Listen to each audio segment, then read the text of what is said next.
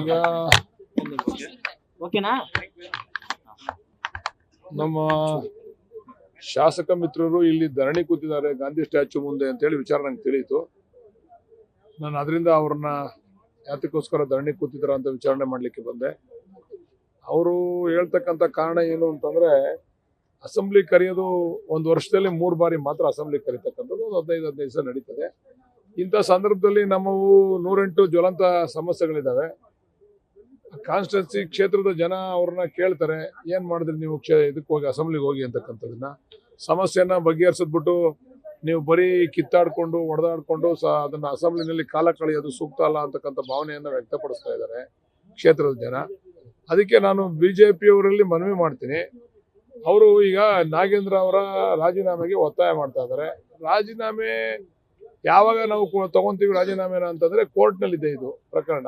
ಕೋರ್ಟ್ನಲ್ಲಿ ಇತ್ಯರ್ಥ ಆಗಿ ನಾಗೇಂದ್ರ ಅವರು ಆರೋಪಿಗಳು ಅಂತ ಹೇಳಿ ತೀರ್ಮಾನ ಆದ್ರೆ ಮಾತ್ರ ನಾವು ರಾಜೀನಾಮೆಯನ್ನ ತೆಗೆದುಕೋಬಹುದು. ಆರೋಪಿ ಅಂತ ಇನ್ನೂ ತೀರ್ಮಾನನೇ ಆಗಿಲ್ಲ. ಅದಕ್ಕೆ ನಾವು ಅಲ್ಲ, ಅಪರಾಧಿ ಅಂತ ತೀರ್ಮಾನ ಆದ್ರೆ ಈಗ ಆರೋಪಿ ಅಷ್ಟೇ, ಅವರು ಅಪರಾಧಿ ಅಲ್ಲ ಈಗ. ಅದರಿಂದ ತೀರ್ಮಾನ ಆಗ್ಬೇಕು, ಕೋರ್ಟಲ್ಲಿ ಇದೆ. ಅದರಿಂದ ನೀವು ವಾಪಸ್ ತಗೊಳ್ಳಿ. ಬರ ಇದೆ, ರಾಜ್ಯದಲ್ಲಿ ಬರ ಇದೆ, ಕುಡಿಯೋ ನೀರಿನ ಸಮಸ್ಯೆ ಇದೆ, ಅನೇಕ ಜ್ವಲಂತ ಸಮಸ್ಯೆಗಳನ್ನ ಬಿಟ್ಬಿಟ್ಟಿವರು ಕೇವಲ ನಾಗೇಂದ್ರ ಅವರ ನೆಪದಲ್ಲಿ ಕಾಲಹರಣ ಮಾಡ್ತಕ್ಕಂಥದ್ದು, ಮತ್ತೆ ಅಲ್ಲಿ ಸೆಷನ್ ನಡೀಲಿಕ್ಕೆ ಬಿಡದೇ ಇರ್ತಕ್ಕಂಥದ್ದು ಅದು ದುರದೃಷ್ಟಕರವಂತ ವಿಚಾರ. ಅದಕ್ಕೆ ನಮ್ಮ MLA ಗಳು ಕೂಡ ಫೆಡಪ್ ಆಗ್ಬಿಟ್ಟವ್ರೆ. ನಾವಿವಾಗ ಸ್ಪೀಕರ್ ಅಲ್ಲಿ ಮನವಿ ಮಾಡ್ತೀವಿ, ಏನಾದ್ರೂ ಒಂದು ಕ್ರಮ ಆಗ್ಬೇಕು. ಅಸೆಂಬ್ಲಿ ಕರೀತಕ್ಕಂಥದ್ದು ಸಮಸ್ಯೆಗಳನ್ನ ಚರ್ಚೆ ಮಾಡ್ಲಿಕ್ಕೆ, ಅವ್ರು ಚರ್ಚೆ ಮಾಡ್ಲಿ, ಜನ ಆಚೆ ಕಡೆ ಉತ್ತರ ಕೊಡ್ತಾರೆ. 5 ವರ್ಷಕ್ಕೊಂದ್ಸರಿ ನಾವು ಚುನಾವಣೆಗೆ ಹೋಗ್ತೀವಿ, ನಾವು ತಪ್ಪು ಮಾಡಿದ್ರೆ ಜನ ಉತ್ತರ ಕೊಡ್ತಾರೆ. ಅದಕ್ಕೆ ಅವರು ಜನಗಳ ಉತ್ತರವನ್ನ ನಿರೀಕ್ಷೆ ಮಾಡದೆ ಬರೀ ತೊಂದರೆ ಕೊಡ್ತಕ್ಕಂಥ ಕೆಲಸಕ್ಕೆ ಕೈ ಹಾಕಿದ್ದಾರೆ. ಅದನ್ನ ವಿರೋಧ ಮಾಡಿ ನಮ್ಮ ಶಾಸಕರುಗಳು ಧರಣಿ ಕೂತಿದ್ದಾರೆ. ಸರ್, ಒಬ್ಬ ಸಚಿವರು ಸಂಬಂಧಪಟ್ಟ ಅವ್ರ ವಿಚಾರಕ್ಕೆ ಇಡೀ ಸದನವು ಕೂಡ ಯಾವುದೇ ವಿಚಾರ ಕೂಡ ಚರ್ಚೆ ಆಗಬೇಕು, ಇದು ಎಷ್ಟರ ಮಟ್ಟಿಗೆ ಸರಿ? ಅದು ಸರಿ ಇಲ್ಲ ಅಂತಾನೆ ನಮ್ಮ ಶಾಸಕರುಗಳು ಬಂದು ನಮ್ಮ ಸಮಸ್ಯೆಗಳನ್ನ ಕೇಳ್ತಾ ಇಲ್ಲ ಅಂತ ಬಂದು ಕೂತಿರ್ತಕ್ಕಂಥದ್ದು. ಅಲ್ಲಿ ನಾವು ಚರ್ಚೆ ಮಾಡಕ್ ಹೋದಾಗ ಸುಮ್ಮನೆ ಕೂಗಾಡ್ತಾರೆ, ಹಾಡು ಹೇಳ್ತಾರೆ, ಒಳಗಡೆ ಡ್ಯಾನ್ಸ್ ಮಾಡ್ತಾರೆ ಒಳಗಡೆ. ಅಂದ್ರೆ ಇವ್ರಿಗೆ ಎಷ್ಟು ಸೀರಿಯಸ್ನೆಸ್ ಐತೆ ಅಂತ. ವಿಧಾನ ಪರಿಷತ್ನಲ್ಲಿ ಹಾಡು ಹೇಳ್ಕೊಂಡು ಚಪ್ಪಾಳೆ ತಟ್ಕೊಂಡು ಕಾಲ ಕಳೀತಾರೆ ಅಂತಂದ್ರೆ, ಅವ್ರಿಗೆ ಉದ್ದೇಶಪೂರ್ವಕವಾಗಿ ಇದನ್ನ ಮುಂದೂಡಬೇಕು ಅಂತಕ್ಕಂಥದ್ದು ವಿಚಾರ ಬಿಟ್ರೆ ಇನ್ನೇನು ಬೇರೆ ವಿಚಾರಗಳಿಲ್ಲ. ಅದರಿಂದ ನಾನು ನಮ್ಮ ಬಿಜೆಪಿಯ ಶಾಸಕರಲ್ಲಿ ಮತ್ತೆ ವಿಧಾನ ಪರಿಷತ್ ಸದಸ್ಯರುಗಳಲ್ಲಿ ಮನವಿ ಮಾಡ್ತೀನಿ, ದಯಮಾಡಿ ಈ ಸದನವನ್ನ ನಡೀಲಿಕ್ಕೆ ಅವಕಾಶ ಮಾಡಿಕೊಡಿ. ಸದನದಲ್ಲಿ ನಿಮ್ ಪ್ರಶ್ನೆಗಳನ್ನ ಕೇಳಿ, ಜನಕ್ಕೆ ಉತ್ತರ ಹೋಗ್ತದೆ ಹೊರಗಡೆ. ನೀವೇನೇನು ಪ್ರಶ್ನೆಗಳನ್ನ ಕೇಳ್ತೀರಾ, ಇವ್ರೇನ್ ನಾವು ಸರ್ಕಾರದ ಏನು ಉತ್ತರ ಕೊಡ್ತೀವಿ, ಅದು ಹೊರಗಡೆ ಸದನ ಸಾರ್ವಜನಿಕರಿಗೆ ಹೋಗ್ತದೆ. ಸಾರ್ವಜನಿಕರು ಮುಂದೆ ತೀರ್ಮಾನ ಮಾಡ್ತಾರೆ, ಯಾರು ತಪ್ಪು ಮಾಡೋರು ಅಂತಕ್ಕಂಥ ತೀರ್ಮಾನ ಆಗ್ತದೆ. ಅದನ್ನ ಬಿಟ್ಟು ಪಾಪ ಅನೇಕ ಸಮಸ್ಯೆಗಳನ್ನ ಪ್ರಶ್ನೆಗಳನ್ನ ಕೇಳಬೇಕು ಅಂತ ಹೇಳಿ ಶಾಸಕರು ವಿಧಾನಸೌಧಕ್ಕೆ ಬಂದಾಗ ನೀವು ಅನವಶ್ಯಕವಾಗಿ ಈ ತರ ಗೊಂದಲ ಮಾಡಿದ್ರೆ ಅದರಿಂದ ನಿಮಗ್ ತೊಂದರೆ ಆಗದೆ ಇರ್ಬೋದು, ಬಟ್ ನಮ್ಮ ಯಾರು ಶಾಸಕರು ಪ್ರಾಮಾಣಿಕವಾಗಿರ್ತಕ್ಕಂಥವ್ರಿಗೆ ತೊಂದರೆ ಆಗ್ತದೆ. ಅದಕ್ಕೆ ಅದು ವಾಪಸ್ ತಗೋಬೇಕು ಅಂತಕ್ಕಂಥ ಒತ್ತಾಯವನ್ನ, ಅದರ್ವೈಸ್ ಸ್ಪೀಕರ್ ಅವ್ರು ಏನಾದ್ರು ಕೂಡ ಅವ್ರ ಮೇಲೆ ಕ್ರಮ ಜರುಗಿಸಬೇಕು ಅಂತಕ್ಕಂಥ ಒತ್ತಾಯವನ್ನ ಮಾಡ್ತೀವಿ. ಅವ್ರು ಏನ್ರಿ, ಅವ್ರು ಆತರ ಹೆಂಗ್ ಹೇಳಕ್ ಆಗ್ತದೆ? ಈಗ ನೋಡ್ರಿ, ಆರೋಪಿ ಅಪರಾಧಿ ಅಂತ ಸಾಬೀತಾದ್ಮೇಲೆ ರಾಜೀನಾಮೆ ಕೊಡ್ಲೇಬೇಕು.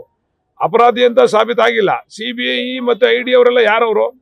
ಇಲ್ಲಿ ಅವರು ಅಪರಾಧಿ ಅಂತ ಸಾಬೀತಾಗ್ಲಿಲ್ಲ. ಅಲ್ಲಿ ಅವರು CBI ಕಡೆಯಿಂದ ಕೇಸ್ ಹಾಕ್ಸಿದ್ದಾರೆ. CBI ಕಡೆಯಿಂದ ಕೇಸ್ ಹಾಕ್ಸಿದ್ರಿಂದ ತೀರ್ಮಾನ ಆಗ್ಲಿ ಕೋರ್ಟಲ್ಲಿ. ತೀರ್ಮಾನ ಆದ್ಮೇಲೆ ನ್ಯಾಚುರಲಿ ನಾವು ಮಾಡ್ಲೇಬೇಕಲ್ವಾ? ನಾವು ತೀರ್ಮಾನ ಆಗ್ಲಿಲ್ಲ, ವಿರುದ್ಧವಾಗಿ ಬಂದ್ರಂಗಾರೆ ಏನ್ ಹೇಳ್ಬೇಕು ನಾವು? ಇವ್ರಿಗೆ ಏನೂ ಆಗಿಲ್ಲ, ಇಲ್ಲಿ ಹಗರಣ ಇವರಿಂದ ನಡೆದಿಲ್ಲ, ಆ ಹಗರಣದ ರೂಪರೇಷೆಗಳೇ ಬೇರೆ ಅಂತಕ್ಕಂಥ ತೀರ್ಮಾನ ಆದ್ರೆ ಕೋರ್ಟಲ್ಲಿ, ಆವಾಗ ನಾವು ಇವ್ರಿಗೆ ಏನ್ ಹೇಳ್ಬೇಕು? ಅವಾಗ ಬಿಜೆಪಿ ಅವ್ರಿಗೆ ಉತ್ತರ ಏನ್ ಹೇಳ್ಬೇಕು ನಾವು? ಸಿದ್ದರಾಮಯ್ಯ ಸಂಪುಟದಲ್ಲಿ ಅಪರಾಧಿ ಅಂತ ಏನಾದ್ರು ಬಂದಿತ್ತು ಅವಾಗ ಏನಂತಂದ್ರೆ ಅವರೇ ಸ್ವಇಚ್ಛೆಯಿಂದ ರಾಜೀನಾಮೆ ಕೊಟ್ಟರು.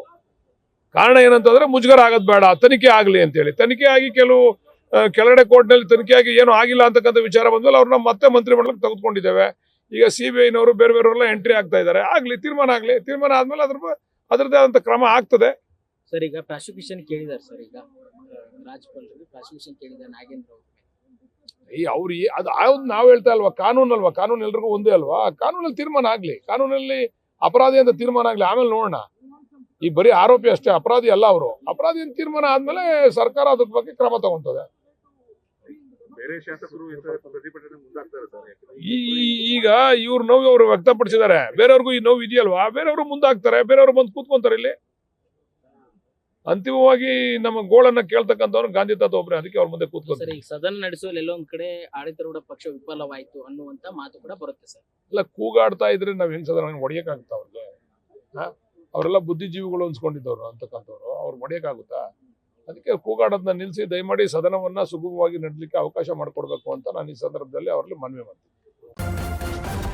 ನ್ಯೂಸ್ ಫಸ್ಟ್ ನಿರ್ಭೀತಿಯಿಂದ ನಿಮ್ಮ ಪರವಾಗಿ.